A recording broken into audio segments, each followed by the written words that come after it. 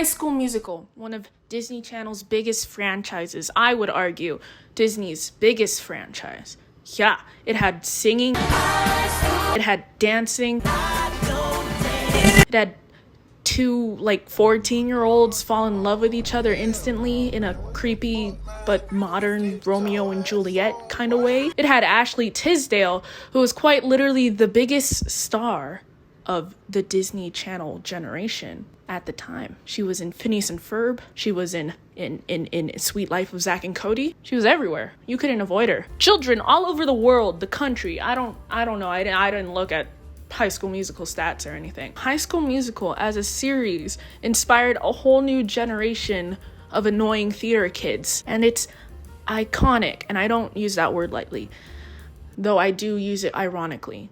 But its iconic influence has led to people singing its songs for the next decade. And then there's the series.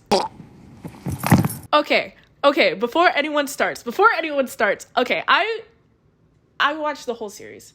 It took me a while to watch it, but I watched season 2, season 3 a few weeks ago, right? Binged that shit straight through. And I was all about the hype when the first season first dropped. I kid you not.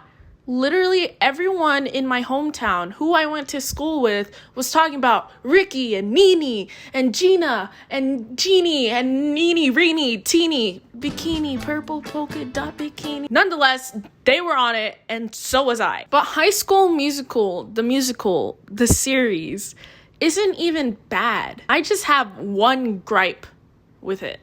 Is gripe a word? Wait, I don't know if gripe's a word. I feel like it's a word. It sounds like a word. Minor complaint.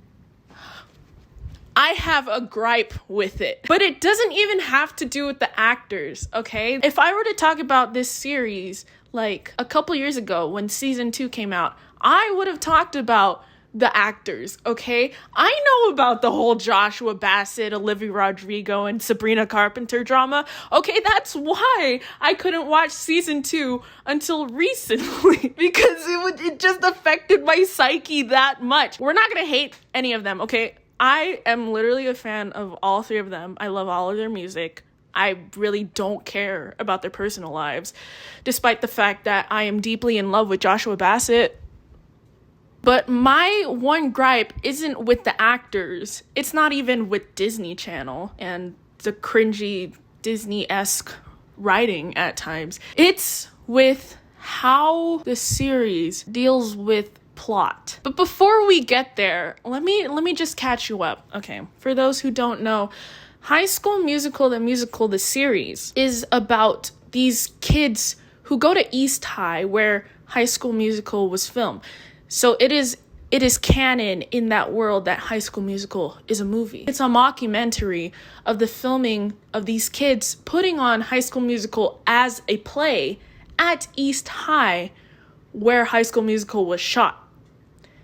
Do you get it? Ricky, Joshua Bassett, and Nene, Olivia Rodrigo, have sort of this they broke up. First episode, they're broken up and Ricky wants her back. He's like a skater boy, like a skater boy scumbag, skater, I said that, guitar player. For some reason, he's very, very musically gifted for someone who isn't into musicals. He's one of the only people I see in the entire show who plays an instrument.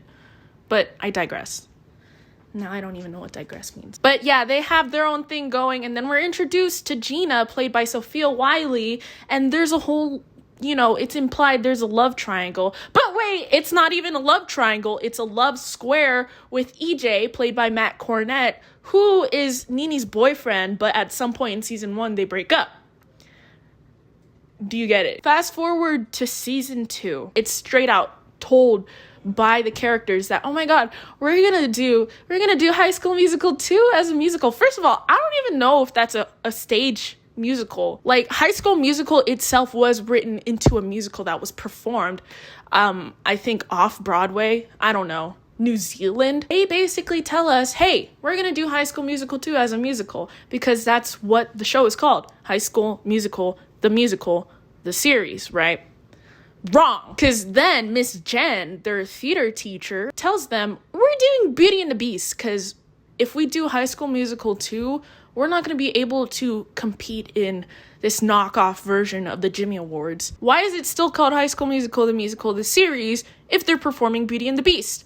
And I will not even get started on the 3rd season, which is so off base of how the series even started. In season 2, we have Ricky and Nene. They're starting to rekindle their love, because at the end of season 1, Ricky did this whole apparently improvised monologue.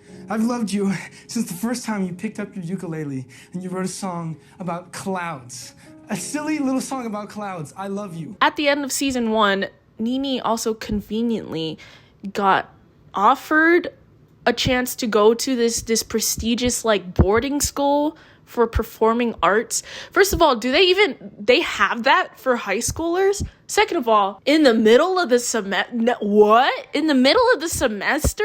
Yeah, so that's Nene's whole thing, where she basically leaves. She leaves. And I say conveniently because isn't it interesting how they pretty much scheduled for Nene to have this whole like side plot, aside from everyone else doing a musical still, where she's off in another state doing performing arts. Meanwhile, Olivia Rodrigo in real life has this whole pop singer career taking off, skyrocketing. If you guys weren't there when she dropped Driver's License and then her album Sour, oh my god, she flew away. It was almost like she was always gonna leave the show. Conspiracy theories with Crystal? So throughout season 2, they're putting on Beauty and the Beast. Nene's in another state.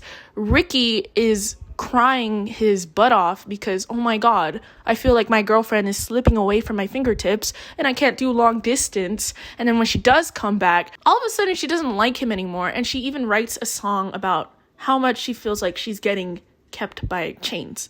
The Rose song, which go off girl, pop off. But poor Ricky, man. But at the same time, possessive much? I don't know. I'm on both sides. Okay, I'm not on any side. Meanwhile, who am I talking about? Meanwhile, Gina and EJ are starting to get really close as well. And oh my god, now they're forming a relationship. There are some points where Gina thinks Ricky is hitting on her, like sending her chocolates when it was actually her mom. And then they have this like running joke between them. It's like, haha, so those chocolates, hey? What, do I need to send you a random box of chocolates to prove it? Sick burn. They're like flirting with each other too, even though Ricky has Nene still, and it's just it's all over the place. It's high school drama. I don't know what you expect. But here's where the show really gets me. And this is where my only talking point comes in. I feel like after every single episode, they left us feeling this big climax that got cut off, you know. That's what she said. But they left us feeling like, oh my god, what's gonna happen next? And this was a weekly release thing. So they like to do this thing where they want you to keep watching. That's what streaming platforms want to do, is to keep viewer retention and to keep you interested. And if they drop everything all at once, you're gonna binge watch it and you're not gonna come back. So as a weekly airing type thing, they bring you in, they leave you on a cliffhanger, so you come back next week. And what did High School Musical, the musical series, do? This show would leave us on a cliffhanger, and then the next episode, resolve it off screen, or just tell us a recap of how they resolved it. And that irritated me. It made my blood boil. When you want to see the most interesting thing, okay? Think of a movie or a TV show you have seen. Let's do the Hunger Games. Let's do the Hunger Games, okay? Because the Hunger Games is having its own renaissance thing right now. Imagine watching the Hunger Games, right? You're watching this epic battle between Kato, Peeta, and Katniss on top of the cornucopia. Oh my god, Peeta's gonna, he's gonna die. Cato's gonna bring him with him to the dogs. Everyone's gonna die. Katniss, what are you gonna do? Shoot him, shoot someone, do anything. If Katniss just stood there holding her bow, and then imagine it just cuts to black, and then in the next shot, they won the Hunger Games. You just see Katniss and Peeta just, oh my god, we won. You don't know what happened. You didn't see the most exciting part of how Peeta points to his hand or whatever he does, and then Katniss shoots his hand, so then Peeta kicks him in the nuts or whatever, and then he falls. And then cut to the berry scene. You didn't see that part, but let us tell you. Let's just imagine Katniss and Peeta just recapping everything. Oh my god, Peeta, I'm so happy you didn't eat those berries and you trusted me, and that you trusted me to shoot Cato and not you. Of course, Katniss, I love you, and I love everything about you. Let's kiss. That's not how the movie went, but I wish there was more romance between them. One of the examples is, I watched this season a few weeks ago, okay? So it's kind of blurry. I don't have every detail in my head, and I was gonna re-look over all of it to make sure everything was fresh, but I don't want to do that. That's too much work. But I know 2 instances where they did that, and they kind of correlate with each other, so I'll talk about it. So in the show, like I said, they're in a competition, and they're basically competing with this other school where this girl is salty because no one liked her at East High, so she went to another school, and now she's Belle there, and they're also doing Beauty and the Beast, might I add. East High is trying to be better than the other school, and so in their Beast transformation, they have Ricky, who's playing the Beast. How did he get all these lead roles? I don't know. And then they pull him up in the air with a harness and rope. They, I don't know, spin him around, do stuff. He does a costume change. At the end of this episode, Ricky falls onto Ashlyn, who's playing Belle, and it just ends.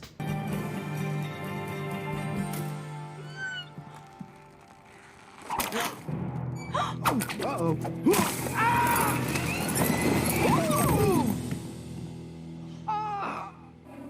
This is nearing the end of the season, right? So it's oh my god, they're not gonna be able to perform. What's gonna happen? You guys feeling all right?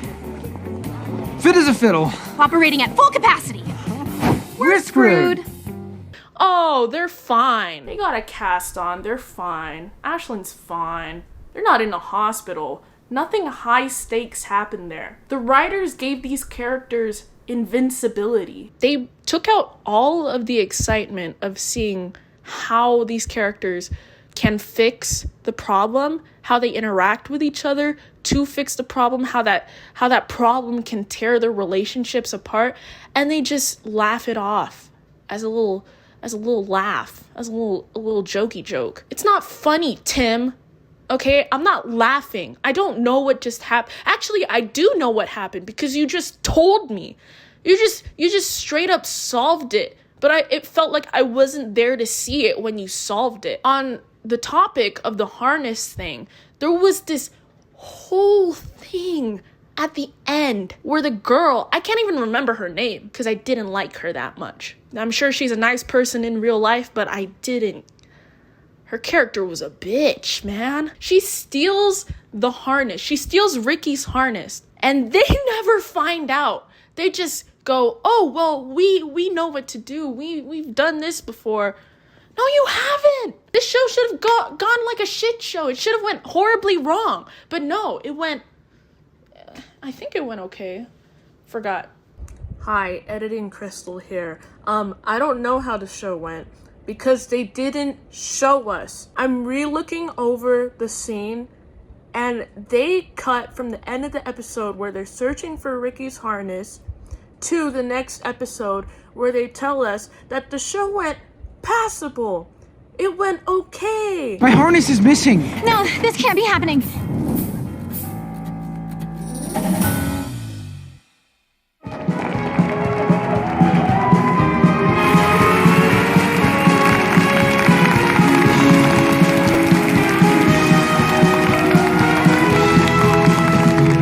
Oh Ricky's transformation. Wait, how'd it look?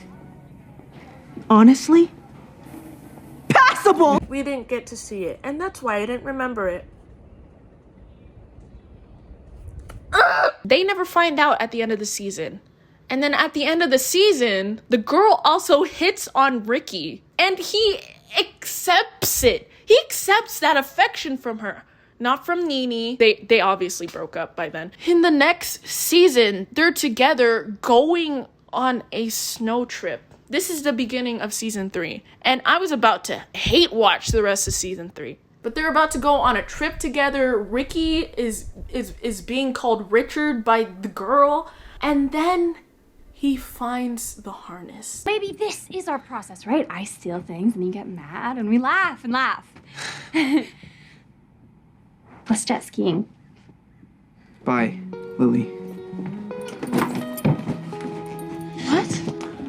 Richie, come on. Please say Richard. And what does he do? He sings a song and gets over it, then goes to camp.